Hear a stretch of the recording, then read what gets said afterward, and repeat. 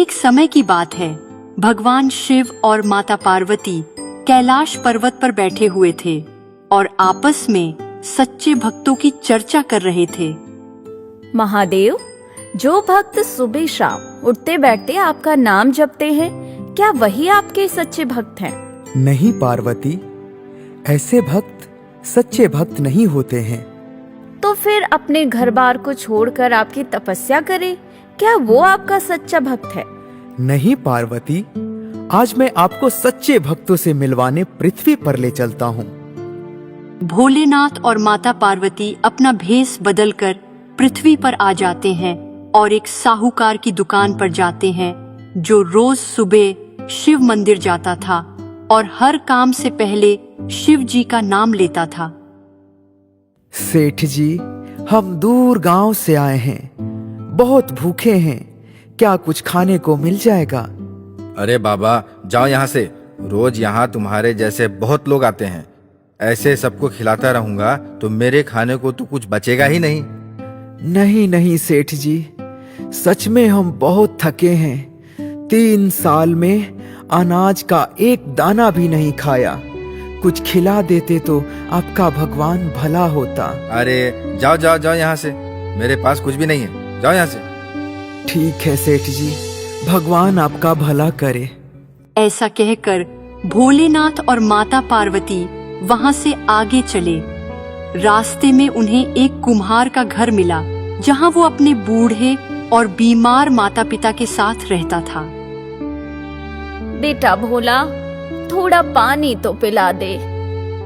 आया माँ। भोला, तू क्या कर रहा था बेटा? माँ, आपके लिए भोजन बना रहा था, बस तैयार है, थाली में लेकर आ रहा हूँ। पिताजी को भी भूख लगी होगी ना? अरे भाई, कोई है इस घर में? जी आया। आप कौन हैं?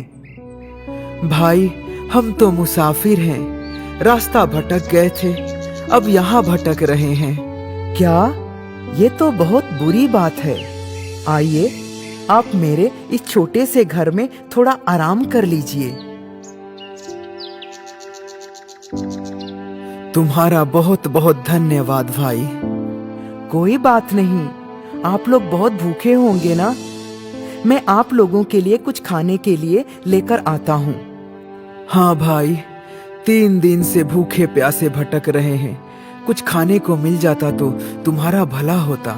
अभी तो मेरे पास यही है, आप लोग इसी से अपनी तृप्ति कर लीजिए। भोलेनाथ और माता पार्वती ने वो चावल खा लिया। फिर उन्होंने देखा कि भोला रसोई घर में गया और उसने चावल की हांडी में कुछ पानी डाला और उसे गर्म करके पी गया। अगले दिन भोलेनाथ और माता पार्वती कैलाश पर्वत पर लौट आते हैं। भोलेनाथ, आपने तो पृथ्वी पर लाकर मेरी आंखें ही खोल दी। यहाँ किस प्रकार व्यक्ति अपने कर्मों के परिणाम भुगत रहा है। हाँ पार्वती जी, इसीलिए तो इसका नाम मृत्युलोक है।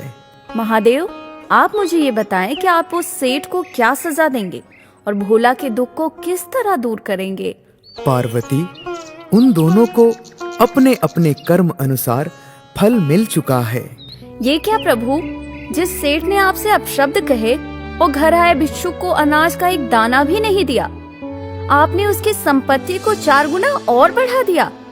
और ये भोला, जिसने स्वयं का खाना हमें खिलाया और खुद पानी पीकर रह गया, आपने उसके जीवन का आखिरी सहारा, उसके माँ बाप को उससे छीन लिया। ये आपका कैसा इंसाफ है प्रभु? नहीं पार्वती जी, ये इंसाफ नहीं, यही कलयुग का सत्य है। पर कैसे प्रभु?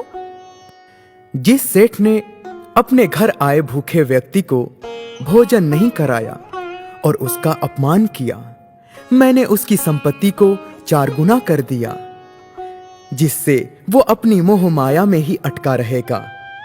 जिस सुख को वो परम सुख मान रहा है, वही धन दौलत उसे परमात्मा से दूर कर देगी।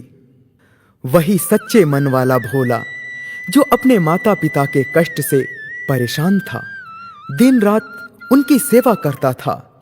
मैंने उसके माता पिता के कष्ट दूर कर दिए हैं।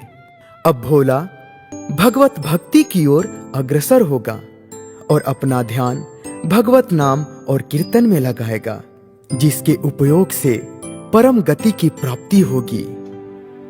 सही कहा आपने प्रभु। इस कलयुग में जो व्यक्ति मोह माया में अटका रहेगा वो इस संसार रूपी सागर को पार नहीं कर पाएगा, और जो व्यक्ति भगवत नाम जपेगा उसका मोक्ष निश्चित है।